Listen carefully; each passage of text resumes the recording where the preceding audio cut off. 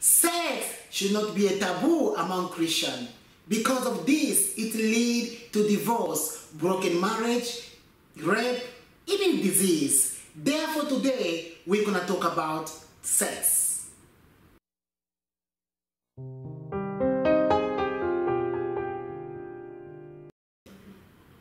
Welcome back to our channel. My name is Perpetua and this is my husband Emmanuel. We are back again with a sex education, and our topic of today is sex should not be a taboo in Christian marriages. Sex is the most untalkable topic in a Christian marriages. Yes. Because it seems like it's a sin, not just in Christian marriage, but the Christian community. It's a sin. They see it as a sin. If someone talk about sex, it's like a taboo to them. Yeah. But no, sex should not be a taboo to any Christian, but it should be a lesson to our upcoming children, upcoming grandchildren. Let them learn from us and let us teach them about sex. Sex is considered as one of the most sin in the Christian community, among of all other sins. So Christians believe sex is greatest sins. Therefore, they don't want to talk about it. They will talk about other things, but when it comes to sex, they don't want to talk about sex because they know that sex is one of the biggest sins.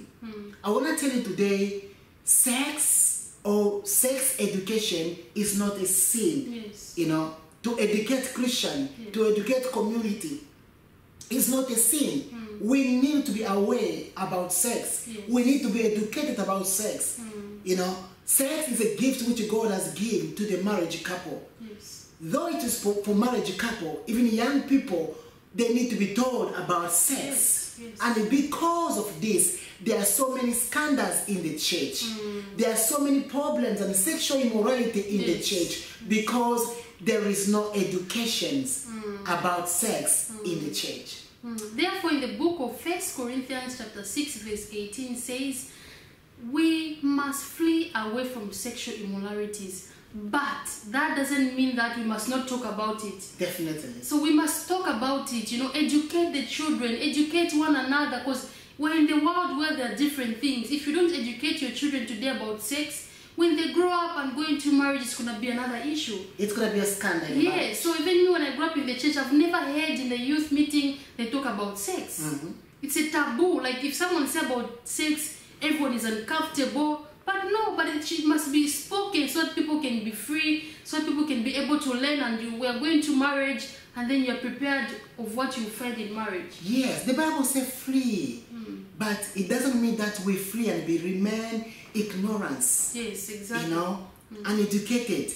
You know, we need to learn about sex. And the most problem in the Christian community is this. They abstain from sin of sexual immorality, but in their mind, they still sin. Yes, yes.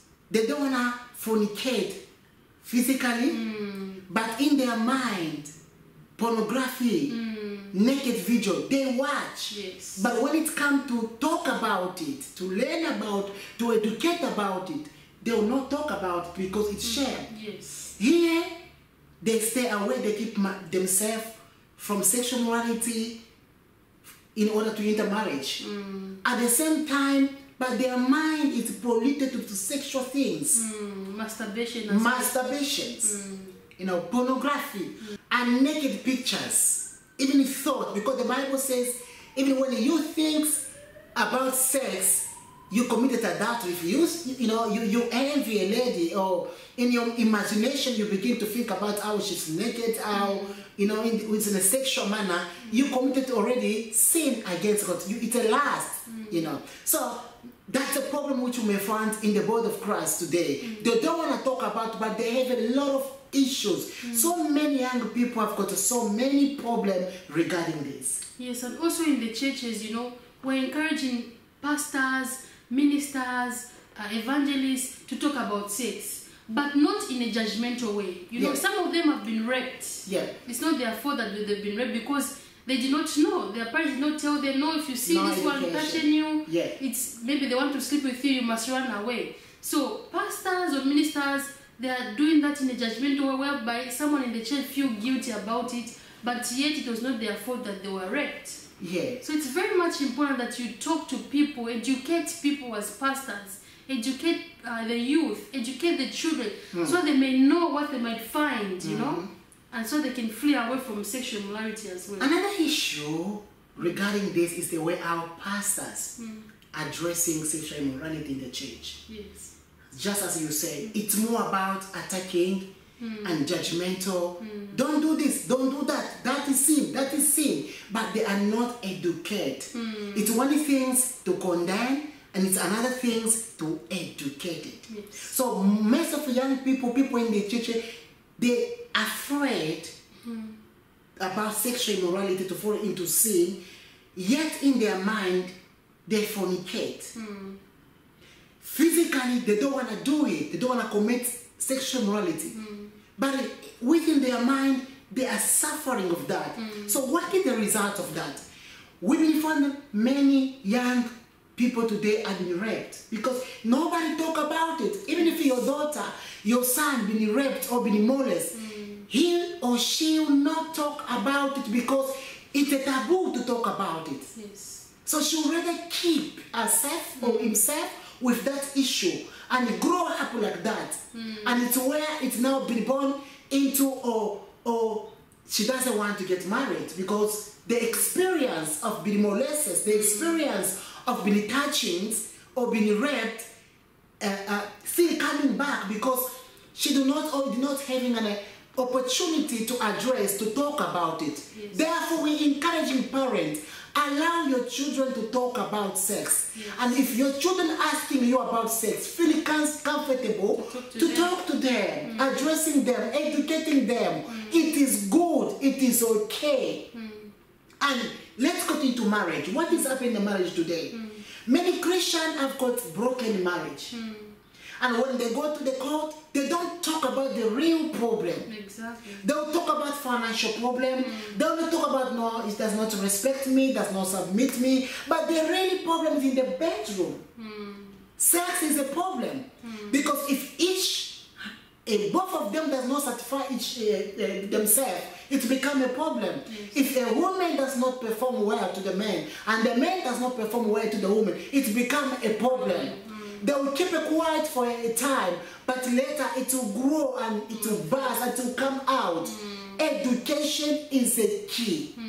Many people in the church get married, they are not being prepared.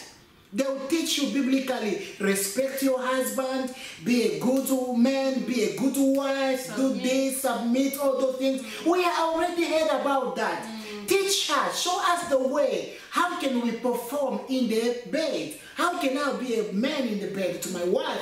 How can I be a woman in the bed for my husband? So those education are lacked in the church today. Yes, very true.